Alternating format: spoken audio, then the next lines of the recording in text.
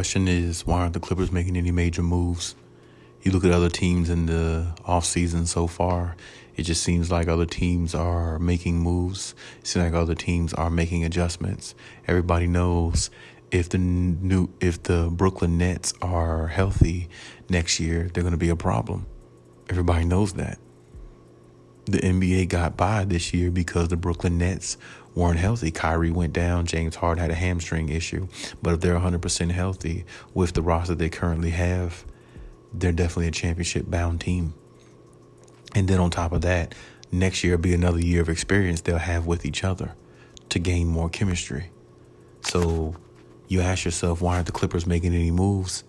I would say the front office would have to be thinking in their mind, either what they already have is good enough to win, or they're not making moves yet because they're concerned or overly concerned from their superstar in Kawhi Leonard, whether he's going to return or not. And it basically has them tied, has their hands tied where they don't know exactly what they should do.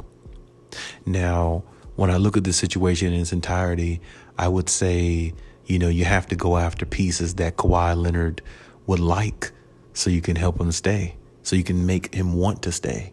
And letting a piece like Kyle Lowry basically get signed to the Miami Heat is not exactly an ideal situation for the Clippers to be in.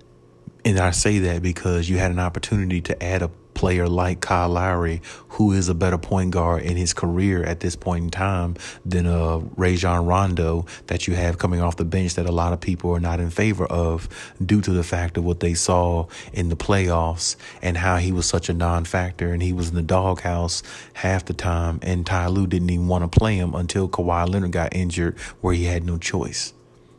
So you let a player like Kyle Lowry go and slip through your fingers. Hopefully you have another plan. Hopefully you have Alonzo Ball in the works. Hopefully you have, a player like that who can actually help the team. But what I was saying several videos ago was you want to get people on the team that Kawhi Leonard likes. You want to put out ideas and notions that you're looking for players that Kawhi would love to play with once again to win championships. Kyle Lowry is one of them players. Danny Green is another one. But I'm not seeing any reports or anything in regards to those players being a high priority. Now, there's definitely more opportunity and more chances, or should I say there's definitely opportunity and chances for the Clippers to still make moves, but it's really getting to a point where who else is left that's really worth it. Now, I will say this in the Clippers' favor, if you have the opportunity and you have the notion to re-sign the whole team and run it back the way you just had it, that would be a great notion if you're able to do that. But if you're not able to do that, I'm going to need the Clippers to start making moves now, because you don't want to wait too long and don't make any moves. And then on top of that, we don't think or know whether Kawhi Leonard is coming back for next season. He might be out the whole next season. So you need somebody comparable to, take his place for a while until he returns so they can at least be a decent team. Because right now, as constructed, I believe they would make the playoffs, but they might have to fall into a play-in tournament type situation, just as we saw this year. So if that happens for some reason, and not saying that it will, but it's possible, now you find yourself in a play-in tournament and you might not make the playoffs just because you didn't make any other extra moves that can help the team, at least while Kawhi Leonard is down. And I think that's one thing that can come back to hurt the Clippers if they don't make some decisions or some type of major moves here pretty quickly. It's very evident where we are. Kawhi Leonard had the ACL surgery. He's recovering, and the recovery takes time. We know that. But until that time is, you need a contingency plan. You need a plan where you can have to put in place for the team so they can be a formidable team next year when they go against all these other high-power teams, high-power offensive teams. Because last time I checked, I don't think the Phoenix Suns are going anywhere. The Lakers just upgraded with Russell Westbrook, which I don't even think that's big of a deal. But, that's still an upgrade, and plus I still think they're probably on the rise to make more moves. And, the West is just getting, stronger. The whole NBA is getting stronger. And like I said, A piece here, a piece there could make all the world difference.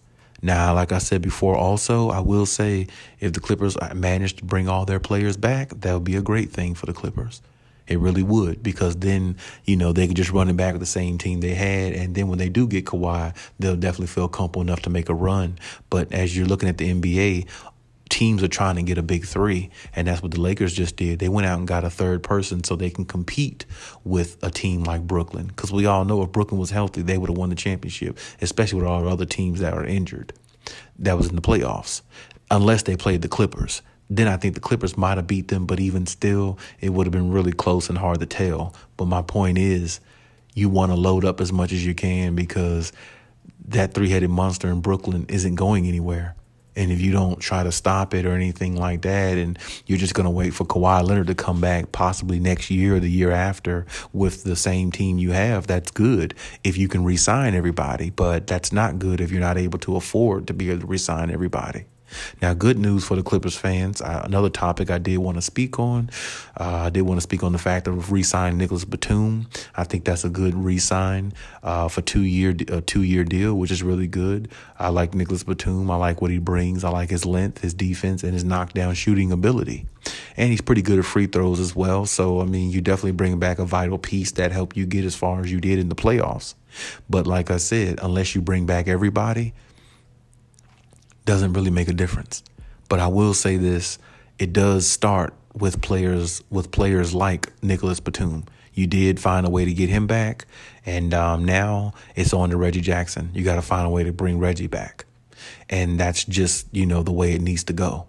So, I want to see what the Clippers are going to do. I'm very interested to see what type of moves they're going to make and what type of plans they have. I know their hands are tied because their superstar hasn't re-signed, but at the same time, you still have to make moves and make, for the better for the team as the way they're constructed now, because you have a season to play next year and it's coming quick.